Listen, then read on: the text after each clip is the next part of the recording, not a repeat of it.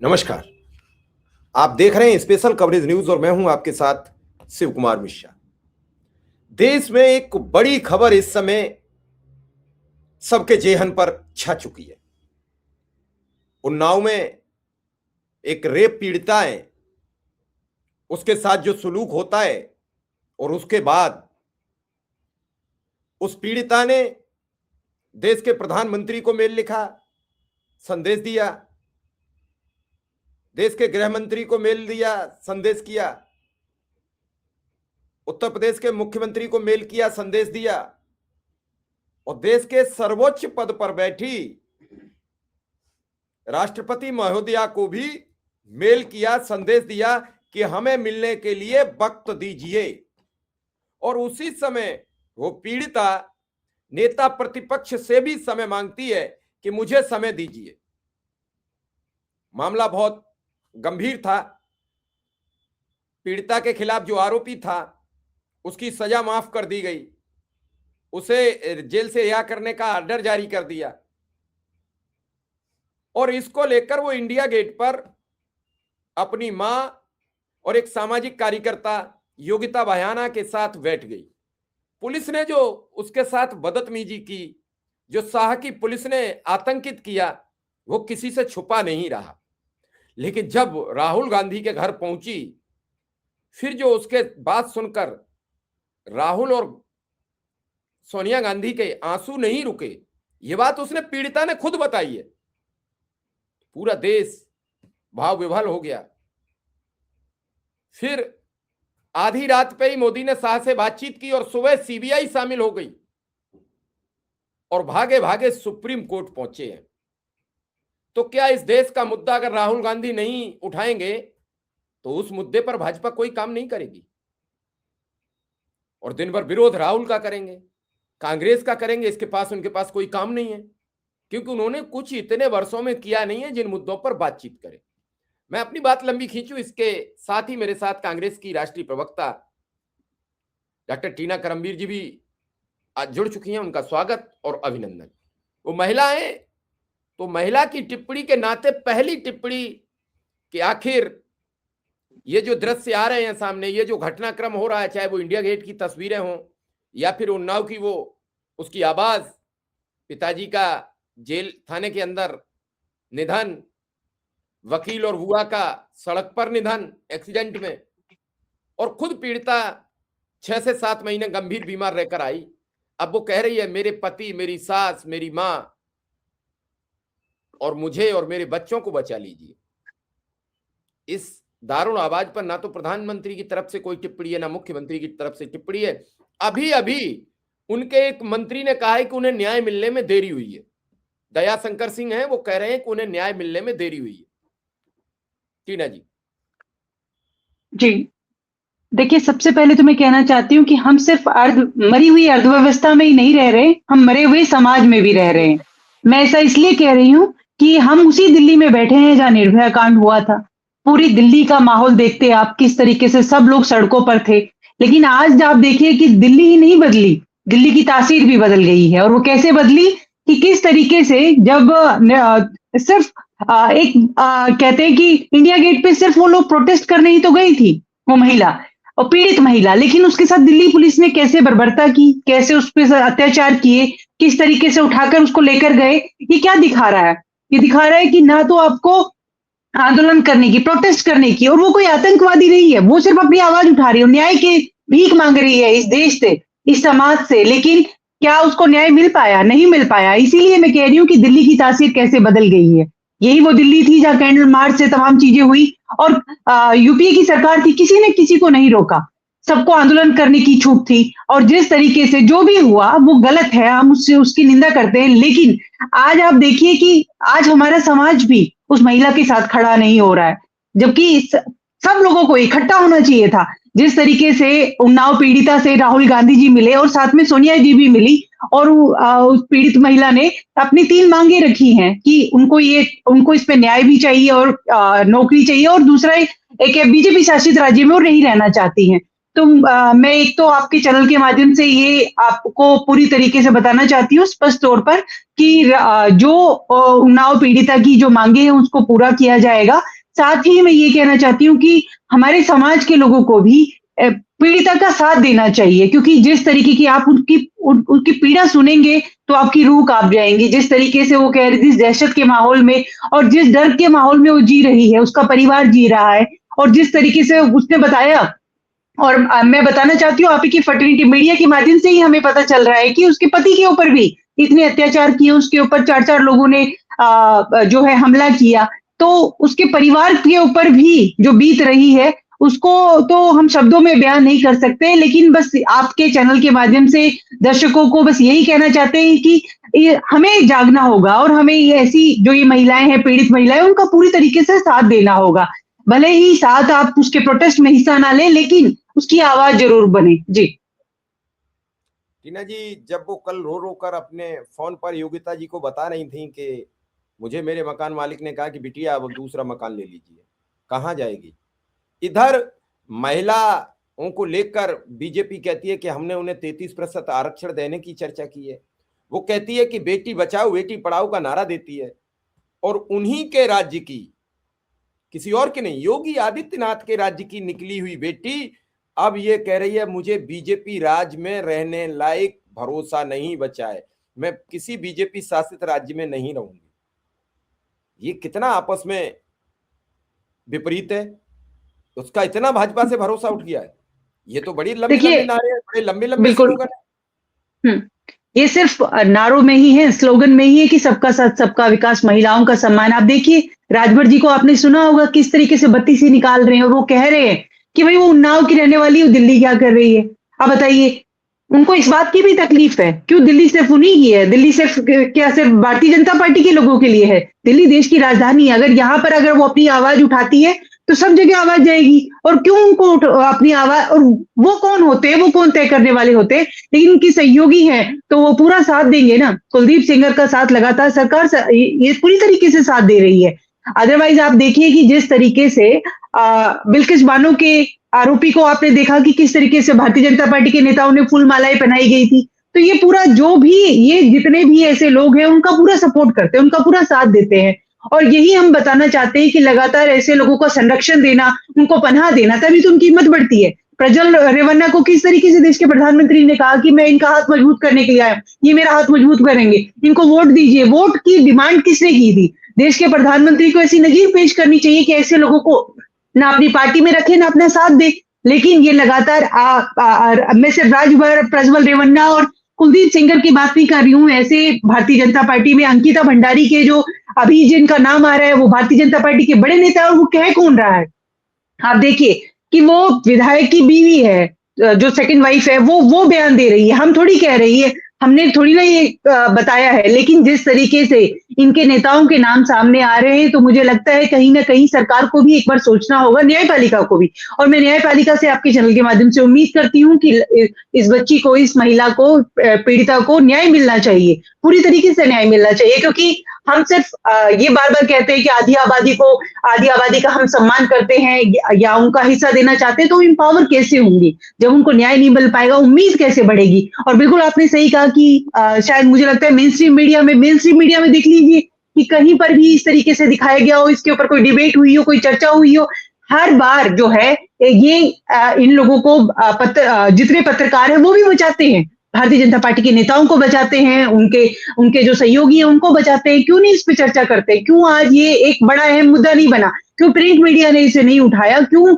Main stream media ने नहीं उठाया? हम तो बार-बार सवाल करेंगे। मैं तो आपके हम आभारी हैं कि इस विषय को उठा रहे हैं, क्योंकि से ये बहुत ही संवेदनशील मुद्दा है कि एक ऐसी महिला जो न्याय के लिए लगातार कितने साल से संघर्ष कर रही है।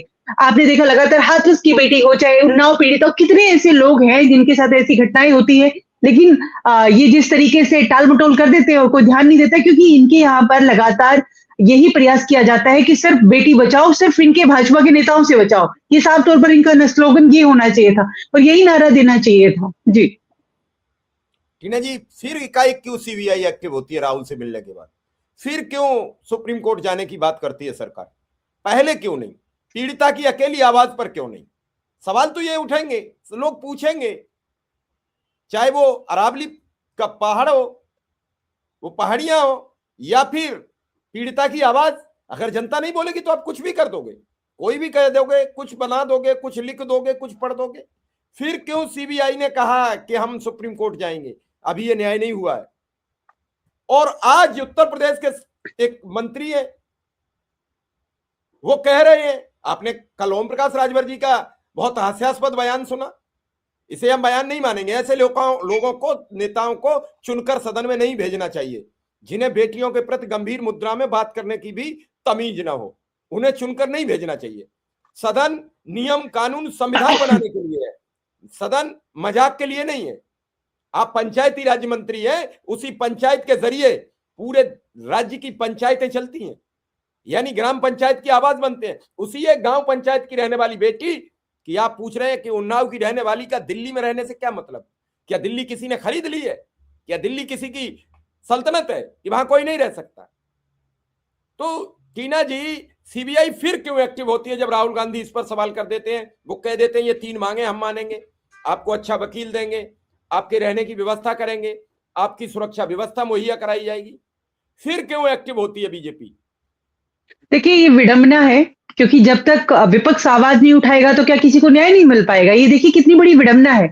लगातार उन्नाव पीड़िता ने प्रधानमंत्री मोदी से मिलने का समय मांगा, राष्ट्रपति जी से समय मांगा, उन लोगों से, इवन योगी जी से समय मांगा, लेकिन ये लोग सपोर्ट किसे कर रहे हैं? जैसे ही राहुल गांधी जी से मुलाकात होती है और ये क्योंकि फिर इनको उठाना पड़ा, लीडर ऑफ अपोजिशन या विपक्ष इस पर आवाज उठाएगा, तो ये इस तरीके का डिसीजन लेना पड़ रहा है। और इसी तरीके से आप देखिए कि भारतीय जनता पार्टी क्या करती है, चाहे अरावली को लेकर हो, मनरेगा को लेकर हो, चुपचाप सब कुछ करती है, सब कुछ तय करती है, क्योंकि ये पूंजीपतियों की सरकार है और लगातार ये उन्हीं लोगों को बचाते हैं जो पैसे वाले लोग हैं। अब जिस तरीके से कुलदीप सेंगर को पत्नी को टिकट किसने दिया? भारतीय जनता पार्टी ने। अगर विपक्ष आवाज नहीं उठाता और समाज के लोग अगर उठते नहीं तो उसकी टिकट कैसे कटती? यही सच्चाई है।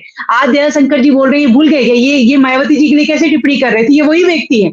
तो लगातार जितने नेता है भारतीय जनता पार्टी के हों, उनके सहयोगी दल के नेता हों, लगातार महिलाओं के लिए इस तरीके के लांछन लगाते हैं, इस तरीके की बयानबाजी करते हैं।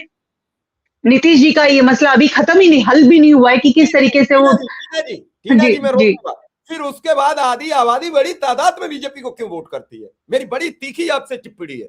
वो आधी आबादी हर बार कहीं 10,000 रुपया के लालच में, कहीं 2500 रुपया के लालच में, कहीं 1500 के लालच में, हर बार मध्य प्रदेश, महाराष्ट्र, हरियाणा, कैसे आपने देखा? मैं बिल्कुल पहले भी जब वो मुख्यमंत्री थे और गृह मंत्री मंच पर थे तो एक महिला को जबरदस्ती साल उड़ाने लगे, उसके माला डालने लगे। वही तो मुख्यमंत्री गए थे चुनाव में। जी, आपका बहुत अहम सवाल है और उसको लगता है मुझे जो समझ में आ रहा है कि जिस तरीके से महिलाओं को भी अब अवेयर होना होगा, जागरूक होना होगा, क्योंकि आप देखिए कि दिल्ली की अगर बात करें तो ये वही लोग हैं जिन्होंने क्या कहा था कि 2500 रुपए 8 मार्च को याद रखिएगा, आपके फोन में एक मैसेज आएगा। ये अमित शाह जी के शब्द थे, नड्डा जी के शब्द थे, और आज तक वो पैसा नहीं मिला। वो 2500 रुपए का सिर्फ वादा कर दिया और महिलाओं ने, हाँ 8 मार्च आया ही नहीं उनको। हाँ, उनका 8 मार्च आएगा, 8 मार्च को इंतजार ही करती रही महिलाएं, लेकिन दिल्ली में नहीं मिला पैसा। यही उन्होंने महाराष्ट्र में किया। तो ये ठगते हैं महिलाओं को, और मैं साफ तौर पर कहना चाहती हूँ धोखा देते हैं महिलाओं को। तो महिलाओं को जागरूक होना पड़ेगा। अब इन्होंने जिस तरीके की झूठ की राजनीति ये शुरू करी है, महिलाओं को भी उठ खड़ा होना होगा और अपनी आवाज को बुलंद करना होगा कि लगातार ये जिस तरीके की ठगने का और धोखा देने का प्रयास करते हैं। यही बिहार में किया कि आपने सिर्फ 10,000 रुपए देके कि आप किसी को वोट देकर, पैसा देकर के आप वोट खरीद सकते हैं। लेकिन अगर ये इस तरीके से करते हैं तो महिलाओं को भी एक बार सोचना होगा। और हम लगातार बार ये प्रयास कर रहे हैं कि महिलाओं को ये जागरूक करने के लिए कि जिस तरीके से भारतीय जनता पार्टी जो कर रही है, देखिए यही कहकर तो ये बात सरकार में आती है हर बार कि हम महिलाओं की सुरक्षा, लेकिन सुरक्षाओं के नाम पर क्या है? कुछ भी नहीं। इनके सबसे पहले तो मुझे लगता है इनके नेताओं से सुरक्षित करना इस देश की महिलाओं को ज्यादा जरूरी है, ज्यादा आवश्यक है इस समय। ना तो महिलाएं सुरक्षित है और सिर्फ भाषणों में महिलाओं के उत्थान के लिए, एम्पावरमेंट की, सशक्तिकरण की बात की जा रही है, लेकिन महिलाएं एम्पावर नहीं। आप देखिए कि अगर वो महिला कोई आतंकवादी या कोई किसी दूसरे देश से तो आई नहीं थी, आपके देश की नागरिक वो वहां बैठ के इतनी हड़ कांपती ठंड में अगर वो प्रोटेस्ट कर रही है तो आपका क्या जा रहा है? बैठने देना चाहिए। लेकिन ये दिल्ली पुलिस जो अमित शाह जी के अंडर आती है, वो किस तरीके से काम कर रही है कि उठाकर डिटेन कर रही है और किस तरीके से घसीटते हुए ले जा रही है। क्या आज प्रोटेस्ट करने की का भी किसी के अधिकार नहीं है? क्या आप पीसफुल तरीके से आप प्रोटेस्ट भी नहीं कर सकते हैं, अपनी आवाज भी नहीं उठा सकते हैं? और जो जो पत्रकार उन्नाव पीड़िता का साथ दे रहे हैं, आपने देखा कि किस तरीके से उत्तर प्रदेश के अंदर उनको भी जेलों में डाल दिया गया है। तो ये सिर्फ ना तो पत्रकारों के साथ ऐसा व्यवहार उचित है, ये गलत है, क्योंकि अगर आपका और साथ क्यों क्यों नहीं देना चाहिए? देना चाहिए। अगर वो पत्रकार साथ दे रहे हैं तो इनको तकलीफ किस बात की है, अगर उसकी आवाज बन रहे हैं। और मुझे लगता है कि जितने सामाजिक कार्यकर्ता हैं, सामाजिक कार्यकर्ता जो सोशल एक्टिविस्ट जो जुड़े हुए हैं, उन सबको इस पे आवाज बुलंद करनी होगी, क्योंकि तो ये अंतर ही तो फिर तो ये दिखना होगा ना कि दिल्ली की तासीर क्यों ही अचानक से बदल गई है कि निर्भया की जो बेटी थी, आज ये उन्नाव पीड़िता के साथ भी जो हुआ है, वो भी उसके साथ भी तो ऐसा ही व्यवहार किया गया है। क्या ये सही है? क्या दिल्ली के लोगों को भी सोचना होगा, और दिल्ली के क्यों पूरे देश के लोगों को अब इकट्ठा होने की जरूरत है, एक साथ आने की जरूरत है कि इस बच्ची को न्याय मिलना चाहिए, और कोर्ट के द्वारा भी, और साथ ही इस देश की न्यायपालिका के साथ साथ जो कुलदीप सेंगर जैसे लोग हैं, ताकि ये दोबारा से ऐसे लोग कभी भी नहीं उठ खड़े हो। जी टीना जी, आपको याद होगा निर्भया के कांड में टीवी की तस्वीरों में राहुल गांधी की, प्रधानमंत्री मनमोहन सिंह जी की, सोनिया जी की तस्वीरें चलाई गई जब निर्भया का केस हुआ, और उनकी तस्वीरों के साथ खबरें चलाई गई। मतलब सारा दोष सरकार का दिया गया। उसके बाद जब बंगाल में अभी घटना घटी तो यही सब main stream media Mamata Banerjee की तस्वीर के साथ, मैं इसका पक्षधर नहीं हूं कि उस बेटी को न्याय नहीं मिलना चाहिए, वो बंगाल में तो उसे भी न्याय मिलना चाहिए। और आज जब इस बेटी को आधी रात पर पुलिस घसीटती हुई ले जाती है, तो एक दो टीवी चैनल को छोड़ दो या छोटा मोटा कोई प्रोग्राम छोड़ दो, तो किसी ने ऐसे खबर नहीं चलाई जो सरकार को परेशान होना पड़े, सरकार को यह कहना पड़े कि हमें एक प्रेस कॉन्फ्रेंस करके कहेंगे कि कोर्ट ने, हाई कोर्ट ने तो इजाजत दे दिया, हम सुप्रीम कोर्ट तक नहीं छोड़ेंगे और हम जेल से नहीं निकलने देंगे। यह प्रेस कॉन्फ्रेंस करने पर मजबूर क्यों नहीं किया? क्या मीडिया का दायित्व यह है कि सरकार की कोई कमी है तो उस पर नहीं बोलेंगे, अगर विपक्ष की कहीं कमी मिल जाए तो हम उसकी धज्जियां उड़ा देंगे, उस पर 10-10 दिन डिबेट होगी। जी देखिए, मैं समझती हूँ कि अमित शाह जी मौन है, मोदी जी मौन है, स्मृति ईरानी जी मौन है, और मीडिया तो पूरी तरीके से मौन है। क्या मीडिया को ये आवाज सुनाई नहीं दे रही? उस बच्ची की चीखें सुनाई नहीं देती हैं? सुनाई देती है, लेकिन मौन धारण किए हुए हैं, क्योंकि वो सरकार को बचाना चाहते हैं। वो नहीं चाहते, वो ये तय करते हैं ना, क्योंकि पीएम वो तय करता है कि कौन से विषय पर डिबेट होनी चाहिए, कौन से विषय पर डिबेट नहीं होनी चाहिए। सिर्फ एक दो चैनल को छोड़कर कल पूरे दिन ये इंतजार में रहे, क्या इस पर डिबेट होगी, क्या इस पर चर्चा होगी? तो बेटी बेटी में अंतर तो यही लोग कर रहे हैं कि अगर अगर ये इस विषय पर चर्चा की जाती है और सरकार से पूछा जाता है कि सरकार में आप लोग बैठे हैं, उसका जवाब कौन देगा? तो कहीं ना कहीं मुझे लगता है कि सरकार भी, ये मीडिया भी, जो लोकतंत्र का चौथा स्तंभ कहा जाता है, ये भी पूरी तरीके से बिक चुका है, पूरी तरीके से बिका हुआ है, क्योंकि ये आवाज ही नहीं उठाना चाहता। उस बेटी को प्रोटेक्ट कौन करेगा? किसके द्वारा उसको प्रोटेक्शन मिलेगा? लेकिन जिस तरीके से राहुल गांधी जी ने और सोनिया जी ने जो वादे किए हैं, उसका दर्द बांटने का प्रयास किया है, कांग्रेस पार्टी के सभी लोग जो प्रयास कर रहे हैं, खासकर मैं आपका धन्यवाद करती हूँ कि आप लोग जितने लोग हैं जो सोशल मीडिया के माध्यम से भी उस बच्ची का साथ दे रहे हैं, उन सबका शुक्रगुजार है हम सब कि एटलीस्ट सोशल मीडिया के माध्यम से हम लोगों को पता चल रहा है क्या हो रहा है क्या नहीं। वरना तो आप देखिए कि हमें यही नहीं पता होता कि उस बेटी को उठाकर लेके गई है पुलिस, डिटेन कर ली है, या फिर किससे उसकी क्या मांग है, उसको क्या दर्द है। आप देखिए कि लगातार कुलदीप सेंगर, आशाराम बापू, इनको बार बार पेरोल पे छोड़ दिया जाता है। क्यों छोड़ दिया जाता है? आपसे सवाल पूछना चाहिए। और ये भी सवाल पूछा जाएगा कि जो सोनम वांगचुक, जो एक ऐसे सामाजिक कार्यकर्ता है जो आपके पर्यावरण को लेकर चिंतित है, आप उसको जेल में डाल देते हैं, लेकिन आप ऐसे लोगों को पैरोल पर छोड़ देते हैं, तो ऐसा क्यों? ये कहीं ना कहीं न्यायपालिका को भी एक बार सोचना होगा, खुद संज्ञान लेना होगा कि आप जो निर्णय ले रहे हैं वो सही है या गलत है, क्योंकि सवाल तो फिर आप पर भी उठेंगे। जी टीना जी, कल बड़ा दिन था, राहुल गांधी जी से मुलाकात की चर्चा थी और लगभग हो चुकी थी 4-4:30 बजे शुरू। क्या उसके बाद किसी चैनल से यह खबर आई, क्योंकि कांग्रेस ही एक सबसे प्रमुख दल है विपक्ष में, तो कांग्रेस के प्रवक्ता के साथ ये किसी भी चैनल से ये फोन नहीं था कि आज इस उन्नाव पीड़िता के मामले पर बहस होगी या कोई प्रोग्राम होगा? बड़ी ईमानदारी से मैं कहना चाहती हूँ कि इस विषय पर किसी भी चैनल ने ये प्रयास नहीं किया कि डिबेट की जाए।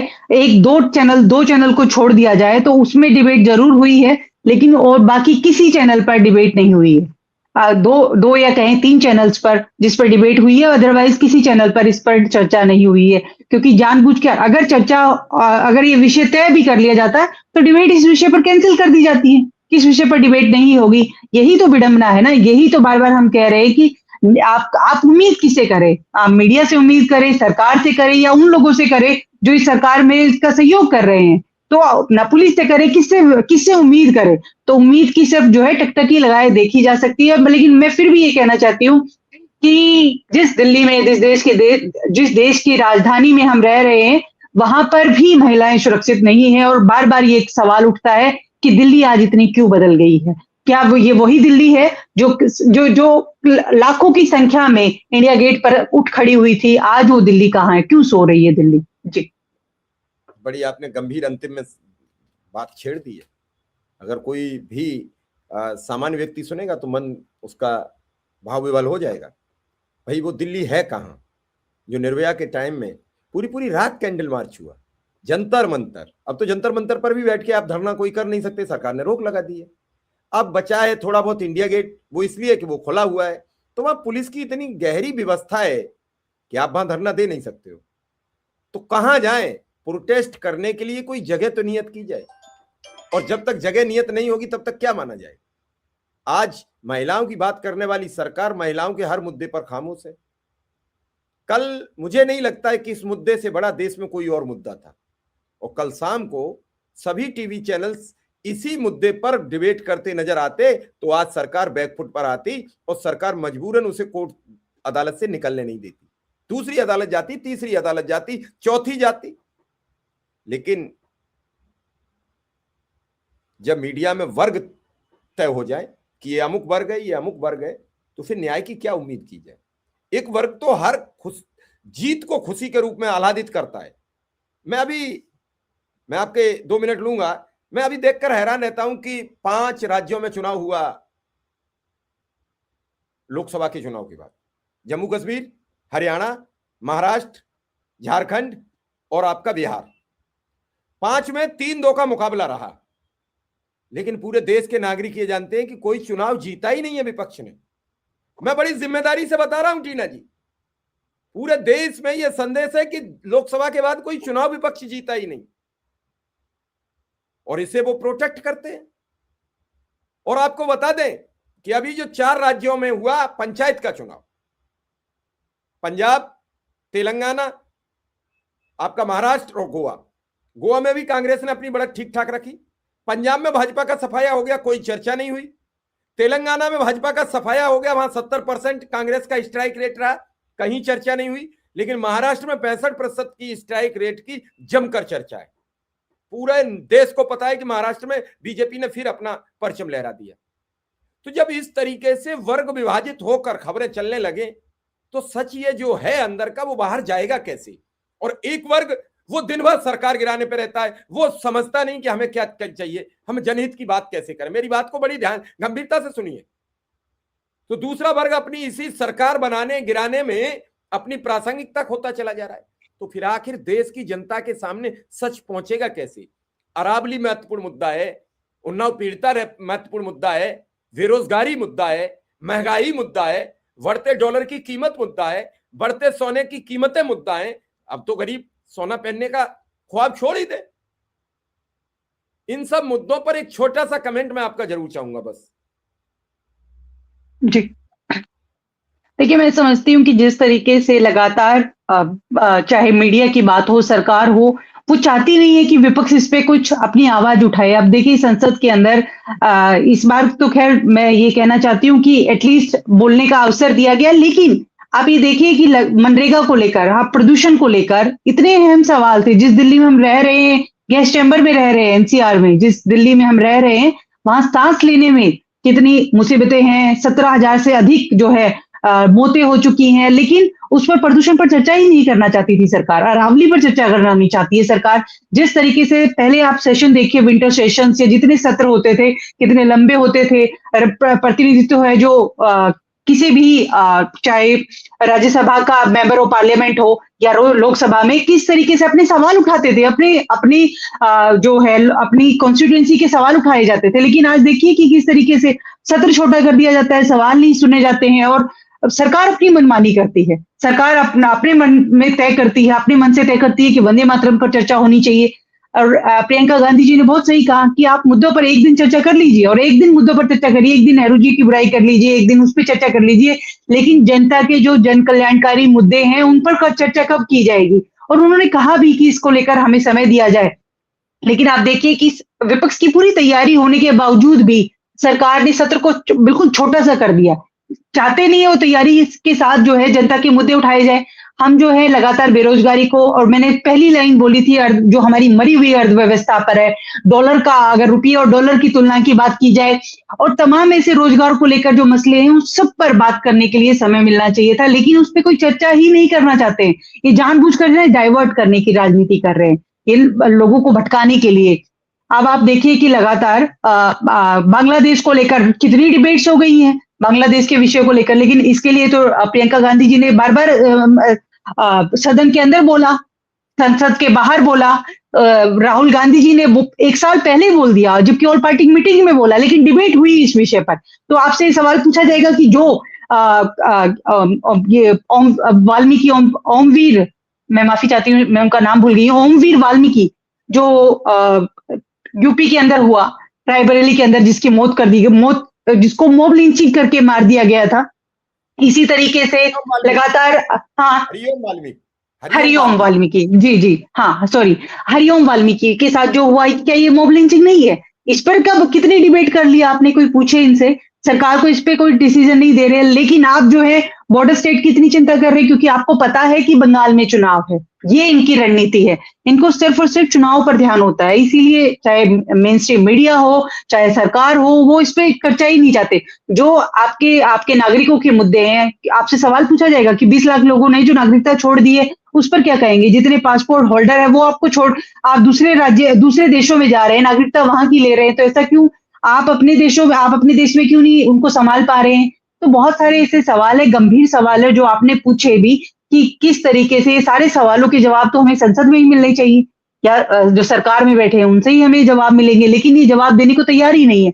आप बोलते रहिए, कुछ भी बोलते रहिए, कुछ कितना भी बोलते रहिए, कुछ भी तो नहीं कहना चाहते, लेकिन कितना भी सही बोलते रहिए, लेकिन ये सरकार सुनने को ही तैयार नहीं। लेकिन जब लीडर ऑफ अपोजिशन बात करते हैं तो ये डिबेट का विषय ही बदल देते हैं कि देखिए बर्लिन में उन्होंने, जर्मनी में ये बोला, राहुल जी ने ऐसा बोला। राहुल तो देश के प्रधानमंत्री से पलट के पूछा जाएगा कि आप ही लोग जो बाहर जा जाके ये कहते हैं कि 2014 से जो पहले के जो नागरिक थे वो तो ये कहते थे कि भाई हमें तो पैदा हो गई, गलती कर दी भारत में, तो जो आप कह के आते हैं वो सही है, लेकिन जो लीडर ऑफ अपोजिशन बोलते हैं वो गलत है। ये क्यों? ये किस तरीके की राजनीति कर रहे हैं आप?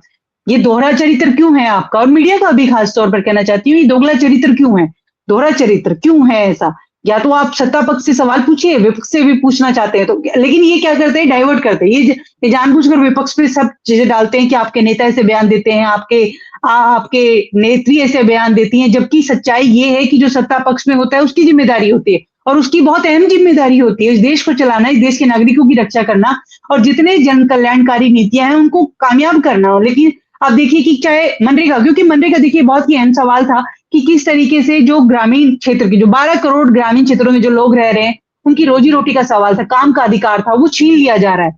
और मुझे लगता है जनता को अब खड़ा होना पड़ेगा खुद से ही, क्योंकि अब उनको नागरिक बनना पड़ेगा, उनको नागरिक बनना पड़ेगा। एक बात लास्ट में अंतिम में जरूर कहना चाहती हूँ कि जिस तरीके से यूपीए के समय जो लोग अपने अधिकारों को लेकर मांग करते थे, आज अगर लोग उठ खड़े होंगे तो ये सरकार कभी की कभी गिर सकती है, क्योंकि जब आप अपने अधिकारों के लिए नागरिक अपने अधिकारों के लिए जागरूक होता है तो सरकार को भी झुकना पड़ता है। जी, बड़ी आपने गंभीर बात की कि लोगों को जागना पड़ेगा और अपने अधिकार के लिए और हक की लड़ाई खुद लड़नी पड़ेगी।